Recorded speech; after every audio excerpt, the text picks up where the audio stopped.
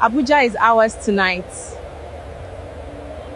This update is huge. Now imagine creating your AI images and videos all in one tool. Whisk AI is officially shutting down, but do not panic.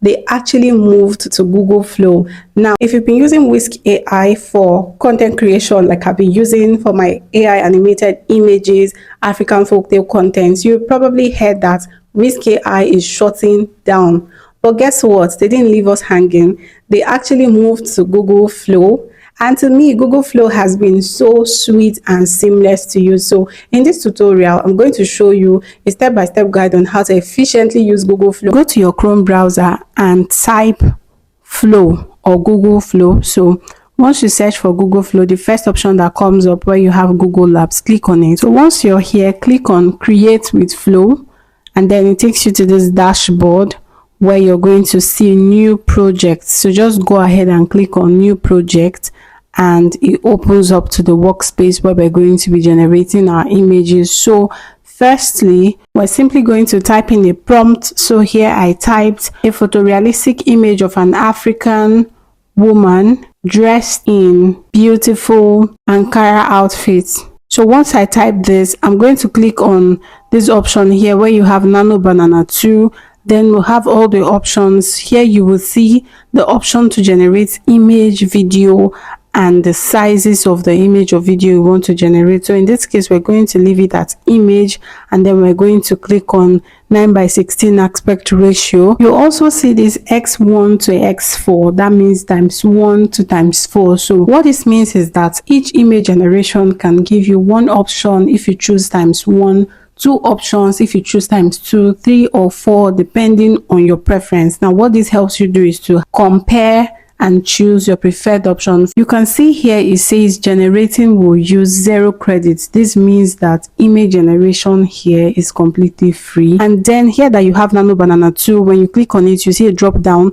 We're simply going to leave it at Nano Banana 2 and hit the arrow, and the image will start generating. So it's as simple as that, and this is our image. Now this looks really beautiful. So we'll just choose one that matches our desire for the content we want to create, and that's it. Also observe here, it says what do you want to change. So if you have anything you want to change, maybe at the background in the scene, or you want her wearing a certain jewelry, carrying a different bag, you can just go ahead and type it there and it will change it for you. So now let's go ahead and try another prompt. So I'm going to type a portrait photorealistic image of a model in a studio. So I'm going to leave the settings the same way for the first image we generated and hit the arrow, and the image will start generating. So we'll wait a few seconds, and there you have it. So we have two beautiful photorealistic images of a model.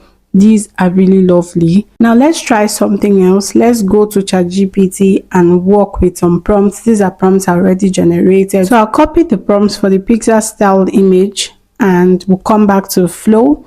So we're in a fresh project now. So I'll click on new project. So I'm going to go ahead and paste the prompts I just copied from ChatGPT. Once I do that, I'm going to impute my image setup. So I'll click on Nano Banana 2 and set it to be image 9:16 aspect ratio ×2. That's to have two options of the particular image I'm generating. Then I'll click on Nano Banana 2. So once I do that, I'll go ahead and hit the arrow, and the images will start generating. So while that is going on, we'll go back to ChatGPT. Let's try another pixel style image. So while the first image we generated in this tutorial was a photorealistic image, that's image of a real human like person, the second one is we're testing to see what a pixel style image looks like. Now these pixel style images are mainly the images you see on this animated African folk tales that are trending across social media. So the results is out. Let's see what it looks like. This looks really good. Now this is really beautiful. Flow is sweet. It's giving top tier, classy. Now let me show you how you can add scenes using the same character we generated from Flow. So we'll go to ChatGPT and copy out a scene for a particular story. Once we do that, we'll come back to Flow and we hit this plus sign at the top of the screen. You see these options where you can choose upload image and then select photo library. This takes you directly to your gallery. There you're going to select the images you're going to upload. So once you do that, the images will start uploading on this timeline, on this dashboard here, right? So once that is complete, you can now use these images to generate a scene.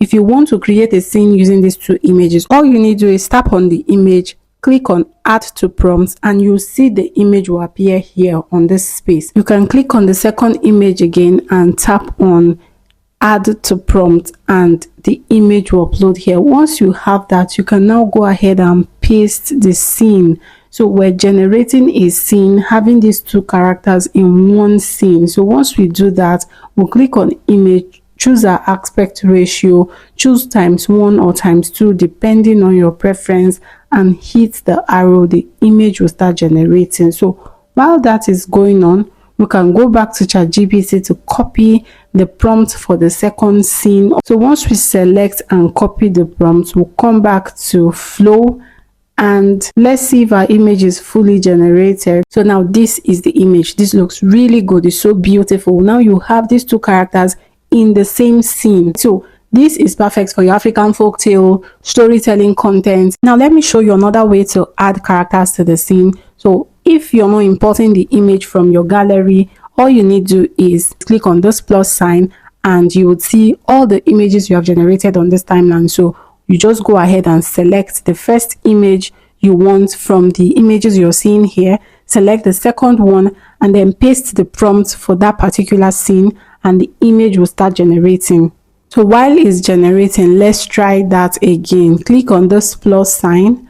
You see the images you have generated. You're going to select the image you want in this particular scene. So let's go ahead and choose the image with the old woman, and then choose the image with the lady in the green dress, choose the image with the lady in the gold dress. Now that we have all the images lined up here, we're going to go ahead and paste our prompt. I'll hit the arrow and the scene will start generating. Now this is what the image looks like. This is beautiful. So you see all three base characters that were generated individually are now in the same scene acting together. So that is how you generate scenes using Flow. So remember, the second pattern is to click on the plus sign above. If you want to upload an image, just click on this plus sign. You see upload image. Once you click on upload image, you see photo library. Click on photo library. It takes you directly to your phone's gallery, where you're going to select any image of your choice. So once you do that, the images will upload on this timeline of the project you're working on. So you have all the images here. Now let's try generating a video using Flow. So I'm going to click on this image where we have the two characters. I'll click on it, I'll click add to prompt, and the image will appear on the space here. So I'll just go ahead and paste a prompt that I already generated from ChatGPT, and let's see if the prompt is in order. So I'll just go ahead and type the information that shows who the characters are. That's impute character indicators. So I'm going to type Zainab, the one in the green outfit, and then Amara, the one in the gold outfit. Once I do that, I'll click on my video, I'll choose ingredients, I'll choose my aspect ratio, and I'll hit the send button, and let's see what the video generates. Abuja is ours tonight. Let's just not lose ourselves in it. So that's good. That's not bad at all. So if you do not like your result, you can always reprompt to get better results. So next, let's try a different prompt. So I'm going to type a beautiful white lady dressed in a black swan ballet outfit in a dance studio. Then I'll click on Nano Banana at the bottom and select video, and then select ingredients, and I'll choose my aspect ratio. This time I'll choose 16:9, and I'll choose ×1. This will enable me use just 20 credits for the video instead of 40 if I choose two options. Then I'll hit the arrow button and the video will start generating. So now let's see what the video looks like.